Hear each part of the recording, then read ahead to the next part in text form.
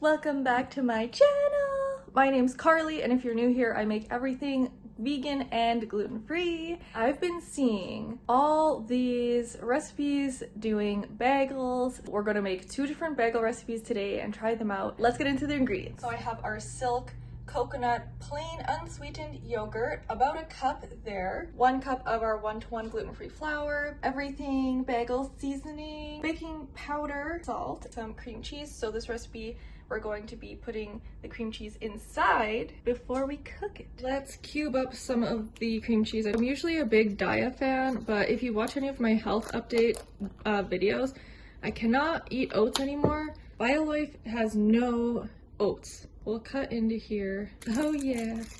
Oh shoot. I'm not sure how big the bagels are actually gonna be. This recipe is based off of a girl that I follow on Instagram. She has celiac disease as well. She just said cubes, so we're gonna cube them up. We'll leave this in case I need to cut up more. Let's mix all of the dry ingredients first, minus our everything bagel seasoning, so that will just go on top. 1 cup of 1-to-1 gluten-free flour, 1 teaspoon baking powder, half a teaspoon salt. Give it a mix. Preheating my oven at 350 degrees. We're gonna add in our 1 cup of dairy-free yogurt. I have extra flour. It's not the 1-to-1, it's just all-purpose gluten-free flour in case we need more. And for rolling it out, I'm gonna use that instead of my 1-to-1. Let's just go ahead and combine this. Not gonna lie, I'm kind of scared this is like really gonna fail, but this dough is turning out to be like pretty good. I feel like I don't have to worry about over mixing this. With doughs, like keep adding more flour until we get like a better like dough ball. Also, my hand probably would maybe work better, but I just hate the feeling of like sticky dough on my hands. I haven't even used 1/4 of a cup extra yet. I would say maybe 1 1/4 to 1 1/2 cups of the flour instead of the 1 cup. So far I think we're getting better because we want to be able to handle this with our hands. I've added at least 1/4 of a cup, I would estimate. Yeah, this needs way more. See, this is the nice thing about using your hand. You can really tell if the dough is dry or wet. So I would say at least 1 1/2 cups, like for sure. And you can just tell with your hand because immediately, like, look at my fingers just stuck right in there and I was like, oh, that's too wet. My judgment of stuff like this with dough, especially with gluten-free, it's a little bit different because you almost want it a little sticky because it can get dried out really fast. Like while it's just waiting and you're balling it up and stuff, it can get dried up. So I do like it to be like just a little sticky. If it's a little sticky and then you do end up adding a little bit more flour once you're like rolling it, it's fine. You didn't add too much. But if it is like perfect and then you roll it out in more flour, then it can end up getting too dry. I just kept adding little bit by little bit. If I need it and it's just a little sticky on my hand like that, I think that's fine. I think it's not too sticky. It's pretty good. Let's cut it now.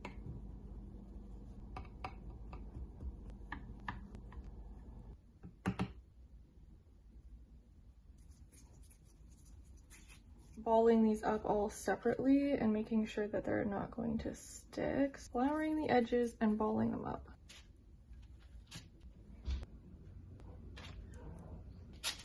So it's all covered. Pinching the little places together.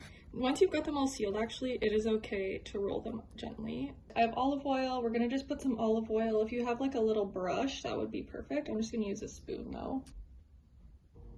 Got all the tops coated with some oil. Put them in the oven, but I'm gonna do 10 minutes and then check on them and see. Let's pop them in the oven. They're going in at 350 degrees Fahrenheit, and then we'll find out how long it takes for real. Our 7-minute timer went up, and I checked them through the oven door, and I was like, nah, they're definitely not done. Put them on for 3 more minutes to make it 10.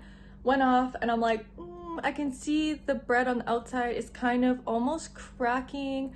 So I know they're pretty close. They smell amazing. Like they smell so good. That everything seasoning is like delicious with the cream cheese inside. I'm so excited to try these. So anyways, I decided though they need some more time. They're not even browned or anything like that. So I put it on for 5 more minutes. OMG, y'all. So my timer was just about to go up. There was like 17 seconds left. And I was like, oh, it kind of smells like burning. And also, look at our cream cheese. A couple of them have just burst out the bottom. We didn't really get any browning. Nope. But I'm gonna assume they're done. They definitely look done. They smell done. Plus some of them have burst open. Let's let these cool before we even attempt to open one. They're like cold now. This one was like all spewed out. This one I cracked open and it doesn't look that liquidy, practically pourable out, which is like not what I wanted. And it does still just taste like a dough ball with cream cheese in it. I wouldn't make these again. I don't know if I'm gonna share the recipe, to be honest, because it just, I don't know if it's the flour or if it's literally just a dough ball with cream cheese in it. Had I used all of the one-to-one flour instead of using the all-purpose, it would have been better. Like the texture is just so thick and doughy. It almost looks uncooked. So it almost tastes uncooked. The all-purpose flour being a bean flour, it's just heavy. It's kind of got a flavor to it. So we'll see what Clay thinks. Recipe number 2, tofu bagels. I'm gonna have a better outlook on this recipe, I think. So we're gonna just only use the 1-to-1 gluten-free flour, the tofu, baking powder, and salt. This recipe is by Veggykins on Instagram. And I'm going to need 400 grams of our silken tofu. Weigh this little chunk here, just in case. 374. Okay, so that's not 400 grams. So we're gonna go with 374 grams of flour because the original recipe says 14 ounces. So 14 ounces, I translated into about 400 grams. I also started my oven to 400 degrees Fahrenheit. I have a pot of water I'm going to bring to a boil, and then I'm going to turn it down to a simmer, so then it's just simmering and ready. I should just do a half recipe. I don't also want to waste my tofu. 374. So I'm just going to take a half cup, just remove about a cup of our flour and put it aside. We need 2 teaspoons of baking powder and half a teaspoon of salt. Give this a little mix. Okay, let's add in our, actually I think my water's boiling, so I'm just going to turn it off now, or turn it down. Let's add in our tofu. Since my silken tofu is like more textured because I froze it, I might not mix in as well. Regular silken tofu is like jello. Okay, I already kind of like this more because it's not sticky like the first one was. I just like to use my knuckles because I really don't like having sticky flour in my fingernails, y'all. It is the most nasty feeling ever. I need it to be smooth, so maybe I can actually use my palm now. Hopefully I don't get too much in my nails because it's disgusting. I do need to be able to roll them into like strips, and I think it's going to be too sticky for that. So I'm going to add just a little bit more flour just to see if we can get it a little bit better. Okay, we're definitely ready to be rolling just after that little bit that I added. I'm just going to knead it a little bit more. Now it's a little bit more sticky, so I might need to use a little flour. I'm already liking this a million times more than the first one. Look at that, y'all. Let's do 2 snakes and 2 balls, and we'll put a hole in the middle and see how that works out. So there's our snake, and we're just gonna really squish and squeeze. This dough is similar to the last one, where you can just squeeze it together. So I really like the stone because it's not absorbent. It is clean. It's not gonna have any residue on it. You can cut on it and everything. It's not gonna damage it either. Smush them back together. Looking good. Flatten it. And then we're just gonna kind of put our fingers through it. I think I might like the snake method better. Well, anyways, ta-da.